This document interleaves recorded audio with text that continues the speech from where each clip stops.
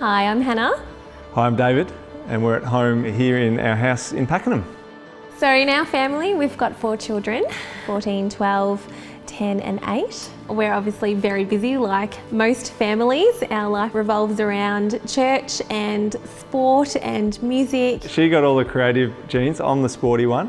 We try and involve the kids in a lot of our activities, so we do things as a family. So we'll go for a long walk, and we actually find when we go for walks as a family, the kids actually talk more, and that's a great way, especially if they're grumpy. We'll go for a walk with the dog or something and get them. We've actually introduced a one-on-one time where they get half an hour to an hour with each of us at a time, and they get to choose whatever they like to do. So the rules are no technology. You actually have to be spending time with mum or dad alone and doing something fun, something that you just enjoy together. So some will choose games. We love our board games here. Some will choose a puzzle. Some will choose a bit of craft and artwork. Or cooking. We've had our challenges, but it's been a really good ride, and I would say we've got a great marriage. Something we really learnt over the years is how much kids do take over, not for bad or good, but there's times where we've needed to reconnect, and good, strong kids start from a strong marriage in our belief, so we need to make sure we're strong so we can give to the kids on the same page, rather than the kids pull us apart and we're just tired and never have time together. Well, I think we started to take each other for granted as well.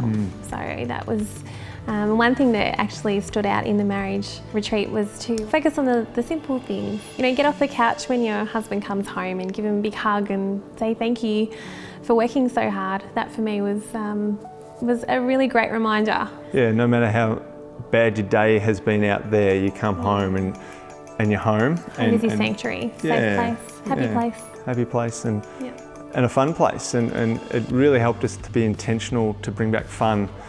I think it was really interesting because when we would tell people what we were doing on the holidays, they would say, "Oh, what are you doing?" And I'd say, "Oh, we're going on a marriage retreat with Focus on the Family." And they go, "Oh, are you guys okay? Is there anything wrong with your marriage?" And we're like, "No, we're actually going because we just want to go from surviving to thriving." And I think that's a great opportunity. Yeah, one thing we learnt actually on the marriage retreat was you put 2 fallible people in a relationship, you're going to have differences and issues, and healthy marriages don't not have any problems. It's actually that they can deal better with those problems and overcome them.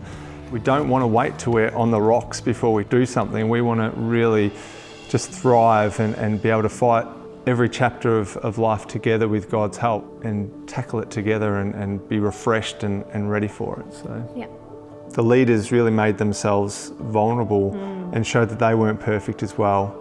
And that really actually encouraged us that they've had their struggles, so you don't walk in thinking, oh, they've made it, they know everything, we're the ones that are failing. Because every marriage will have its challenges, but if you're working together and being intentional about it, you'll prioritise each other, and you'll want to serve each other, you'll want to do something that will benefit the marriage, not just for yourself, but for the marriage and the family as a whole. You don't need a theological degree to be able to learn how to build your marriage from one of these retreats, because it's unapologetic, positive about marriage and about family, and just gives you so many tools to be able to take away.